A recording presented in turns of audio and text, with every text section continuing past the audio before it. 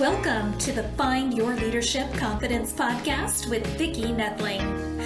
You are about to discover impactful lessons that help you grow as an individual, grow your confidence, and find the positive and good within you, so you powerfully and authentically become the best version of yourself. Be sure you visit our website at www.findyourleadershipconfidence.com. While you're there, subscribe to us via your favorite network. Now tune in, get ready, and enjoy the journey of emerging as a leader of exception in the 21st century. Welcome, everyone, to the Find Your Leadership Confidence podcast. I'm your host, Vicki Noethling, coming to you from Roswell, Georgia. The goal of this podcast is to bring topics and guests that will empower you to become that confident leader and take your business or your life to the next level. Today, I am very pleased to have Justin Groth as my guest, and let me tell you about Justin. So he started working out, and through that journey revealed the passion for helping others in fitness. And that led to opening a business and helping his people achieve what they could not on their own. This further cemented in the idea for Justin that people to reach their highest potential would need to bulletproof their minds as well as their beliefs about themselves. They must do the work that it takes and build confidence through action. He started Straight from the Chest podcast, which is centered around personal development, which is his calling. And Justin is an entrepreneur, mindset coach, and master trainer. And he is here to share with people what helped him become his own and grow into a man of value for others. So I thought we would just talk about some of the things that I think help make Justin that man of purpose, and that is daily discipline and growth mindset, two important things if you want to achieve your goals in life. So please welcome Justin Groth. Hi, Vicki. Thanks for having me. Yeah, welcome, Justin. So I always start out with an easy question for all my guests, and that's just tell the audience, where do you live? Where do you call home? California, Central Coast of California, to be exact. Okay, so California, I've been there many a time. Yeah. So share a bit about your journey of, how did you get to where you were at 20 to where you are now, a couple years ago? More than a couple of years, but we'll call it a couple of years. Yeah. A couple years ago. I think like most teenagers in high school, we have identity issues. We have directional issues. We don't know where we want to go in life or what we want to do. And we're easily persuaded because we're so impressionable at that age. And I was no different. I had body issues when I was in high school, and I had body issues, facial issues. I had all the issues, but more specifically, I guess for this story to make sense, I should give your audience some backstory on me. In high school, I was always kind of, I wouldn't say made fun of, but called something of a Backstreet Boy or like an NSYNC boy. And although that's a compliment, because obviously the guys that are in those groups are massively successful, they're talented, some are good looking, but I didn't want to be attributed to something like that. I wanted to have my own unique style and look, etc. And I mean, you're not going to be so unique, but at least you can try to be your own, wear the style of clothing that best fits your personality, wear your hair a certain way that best fits your personality, etc. Right? So I never really was able to do that when I was boxed into this category of like a Backstreet Boy. I found myself imitating that, and I didn't like that because that wasn't congruent with me. That's not who I am. It was just something that I was living into because everybody thought that was a good title to put over me, and so I quickly developed body issues because I started to compare myself to them. And by the way, for context also, I was a regular kid, 170 pounds, 5'10 and a half, 5'11", regular kid, didn't have any, I wasn't overweight. I wasn't underweight. I was right in the middle. But I did not like my chubby cheeks because I, for some reason, just started to compare myself to these guys and they didn't have chubby cheeks. So I'm like, I got to get rid of these chubby cheeks. How do I do that? So being that young and not knowing where to go and how to do it, I just started doing lots of cardio and I stopped eating. No. Yeah. When I say stop eating, I mean, I had a conservatively less amount of food per day. And Okay. it went to like one meal and I was having one meal and I was staving off my hunger by drinking Diet Cokes and eating vegetables, so totally the most horrific way to go about it. But that led to me getting leaner. It led to my cheeks getting being less puffy. And I thought, well, this is I like this, right? But then it got to the point where it got too much and I got too skinny. And I was at one point clinically anorexic for my height, my build, everything, right? So being that I have this addictive personality that's a go towards whatever I'm pursuing, it was no different in this avenue, even though it was negative to some degree. It was not helping me, not serving me. It was something that I was full-fledged immersed in. Mm-hmm. So I told my family at the time, I said, look, I need help. I'm not going to change this because, and they know me, they know my the way my brain operates. Right, so they right. obviously took that into consideration and said, okay, let's see a dietitian and let's get you with a personal trainer. And so with that cocktail of the dietitian and the personal trainer, I was able to kind of regain some healthy body weight, some lean tissue mass. And then from there, my addictive mindset spiraled in the other direction. And then I started to lift weights more often, get more involved in bodybuilding and the whole supplement regime, with creatine monohydrate and protein and vitamins and all that stuff, right? And then one thing led to another, and I was able to take it to a level where some local bodybuilders in the gym saw some potential in me and they said, you should compete. And so I ended up competing and doing a string of bodybuilding competitions.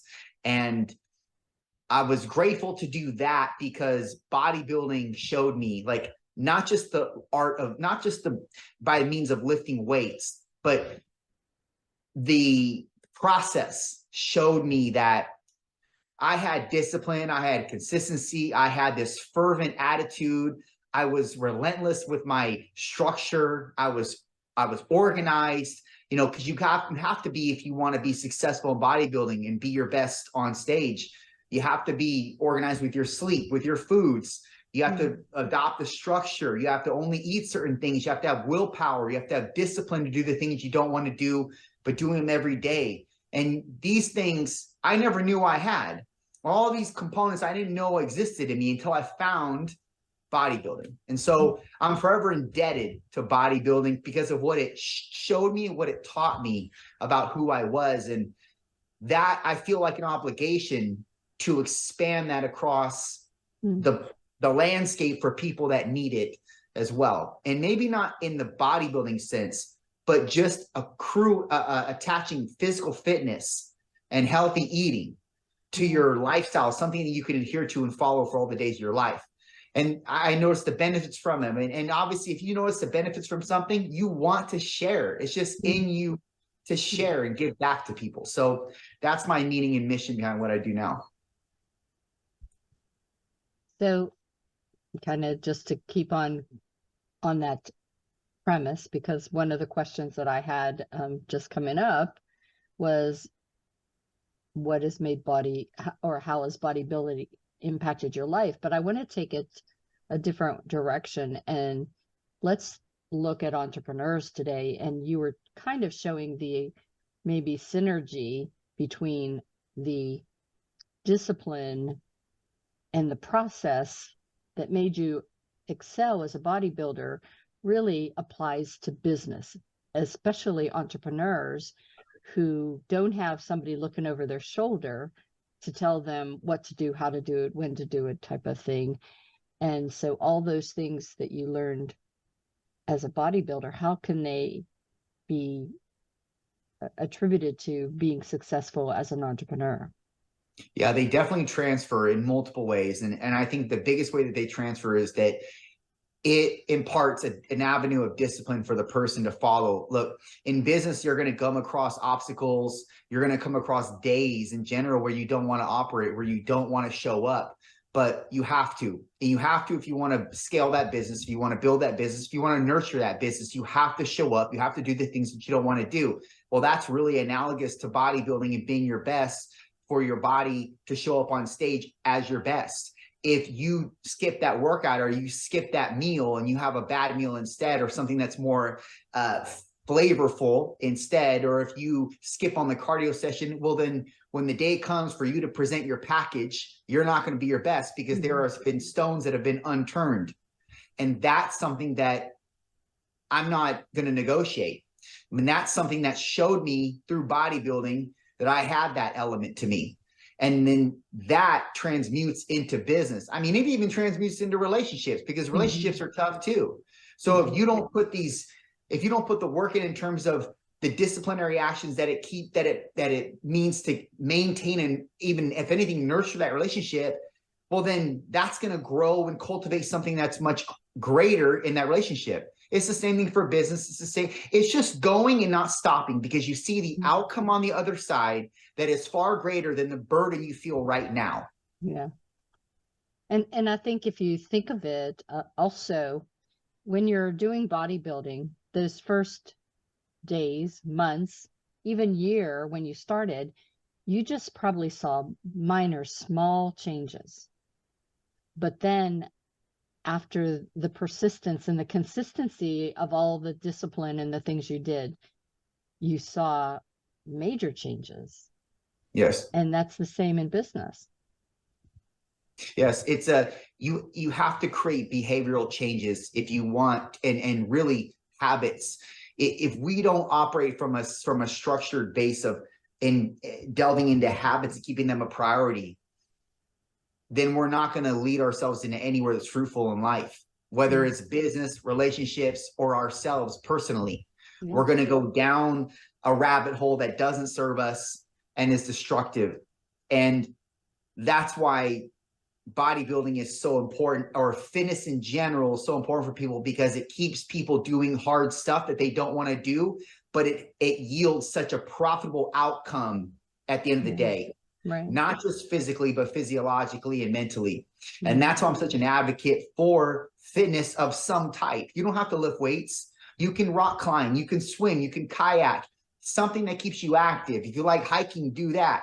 Obviously, resistance training is going to be the best form for developing your mind, keeping your bone structure nice and strong, developing more lean tissue on your body, which is going to be a more metabolically expensive tissue to keep, that's going to help you partition nutrients much better and keep you more strong, obviously, around your tendons, your joints, etc. But if you don't like that, that's fine. But at least have some resistance in your life, good resistance, like physical fitness of some sort, right. And obviously consume good, nutritious foods most of the time. Let's not be a jerk about it, Yeah, right. But I just think that it's very easy to not do those things, because those things in the moment, they're hard. But we understand that if you don't do the hard things right now, you're going to do hard things in the future, and those hard things in the future are going to really lend themselves to unfavorable circumstances that you didn't foresee. Yeah. So what is the area that most people struggle as you work with people? What is the area that they most struggle with in terms of being able to keep the mindset that they need, the positive attitude, the dealing with the imposter syndrome of, well, I can't do this, or I shouldn't do this type of thing? So I don't think that it really revolves around a positive attitude as much as it revolves around an attitude of doing. And what happens is when people do, they develop competence, and that develops confidence. And automatically, by extension, you would develop a positive outlook because you're more confident. So I'm all for not having a positive attitude, because that's just not real life. There are things in life that you can look at with a positive perspective, and you should. And sometimes to accrue that, you have to look at things you're grateful for. Okay. But at the same token, it's not this positive thinking that gets you the job done. It's the action that gets the job done. And so the reason why people are failing on the action part is simply because they're not placing themselves as a high priority. And they're putting too many things before them instead of themselves, understanding that, oh, if I put this person before me and this, I'm being self-serving. But what you're not understanding is if you're not at your best before you engage with that person, you're going to get drained on a level that is probably hard to recoup from, at least in that moment or that day.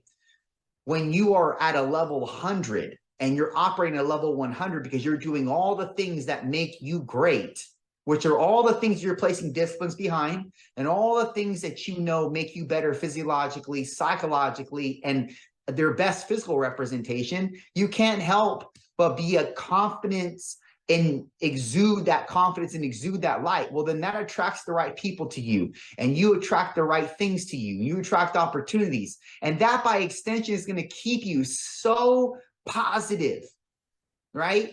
Because you're now operating from a sense of lack. You're operating from a sense of abundance because you're giving yourself exactly what you need, we need. And that's something that I can't describe or explain how it works.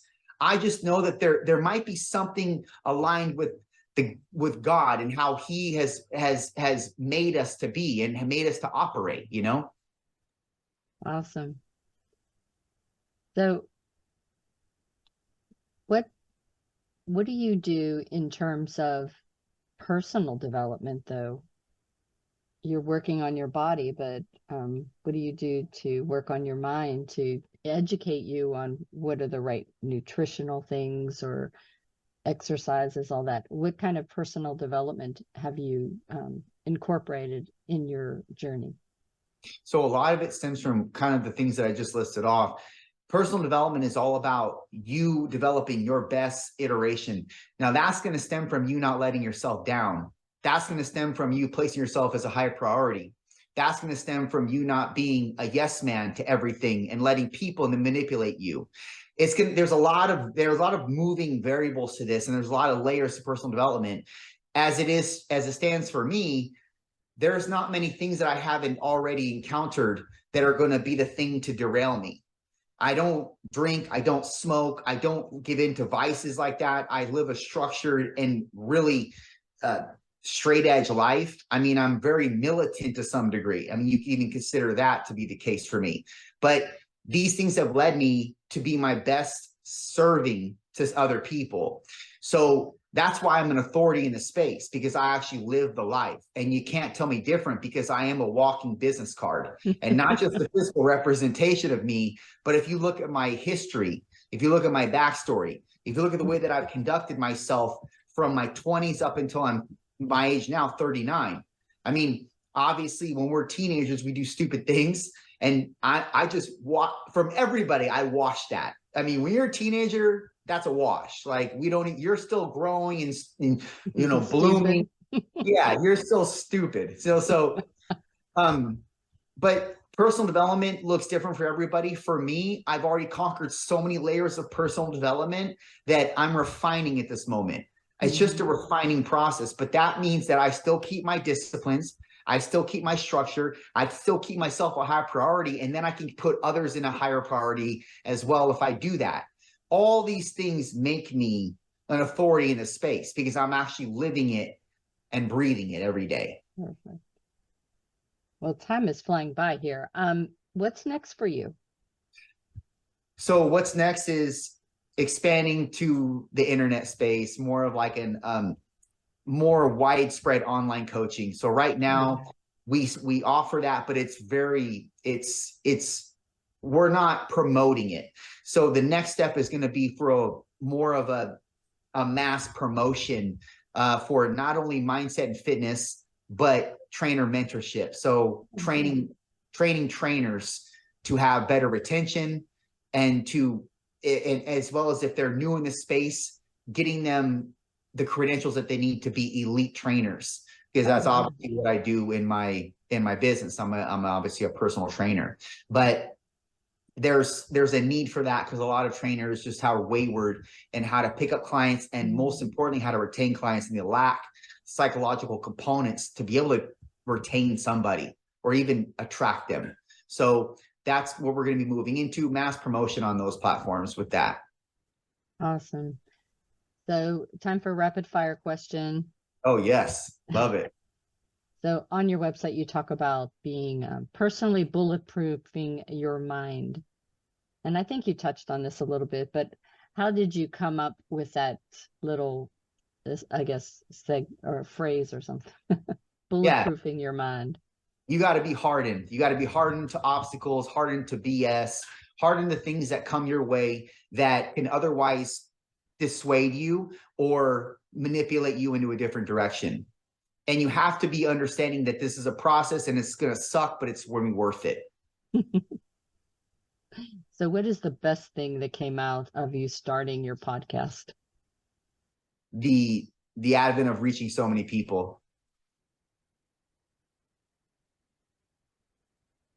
I always say that this is the best networking they have out there, other than, if I could do it in person, that, even be better. But you get such quality time to meet so many awesome people and really start to build relationships. And I think that's what it's really all about.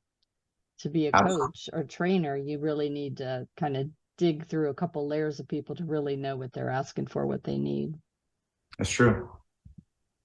All right, well, it's time for me to share my screen. So it is my reminder for those, if you hadn't been taking notes, and you should have been, but if you haven't, you want to go ahead and grab that pencil paper right now to be able to get the information.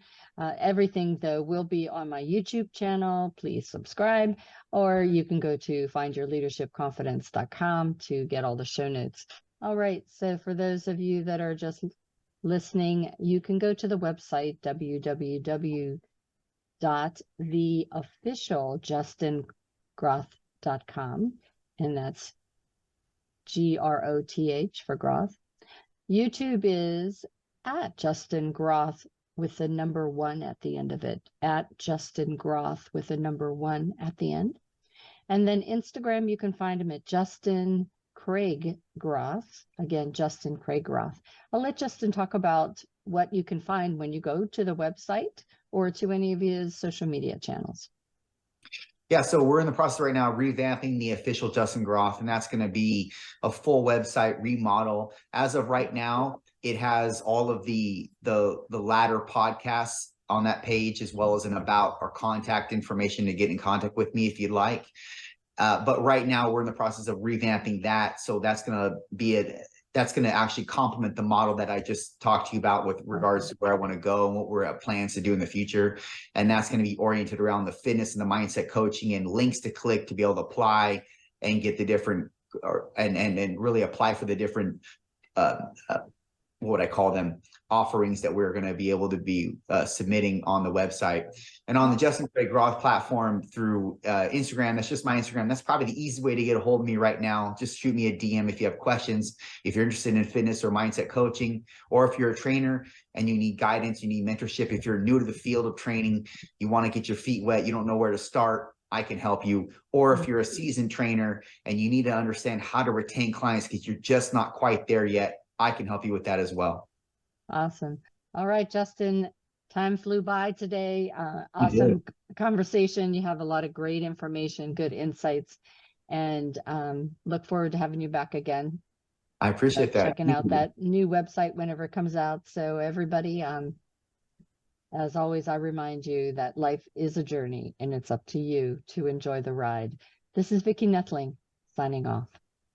Thank you for tuning into the Find Your Leadership Confidence podcast with Vicki Noethling, where we share impactful lessons that help you grow as an individual, grow your confidence, and find the positive and good within you so you powerfully and authentically become the best version of yourself. Remember to visit our website at www.findyourleadershipconfidence.com and enjoy even more great episodes like this one. Again, while you're here, subscribe to us via your favorite network. We look forward to seeing you next time on the Find Your Leadership Confidence podcast.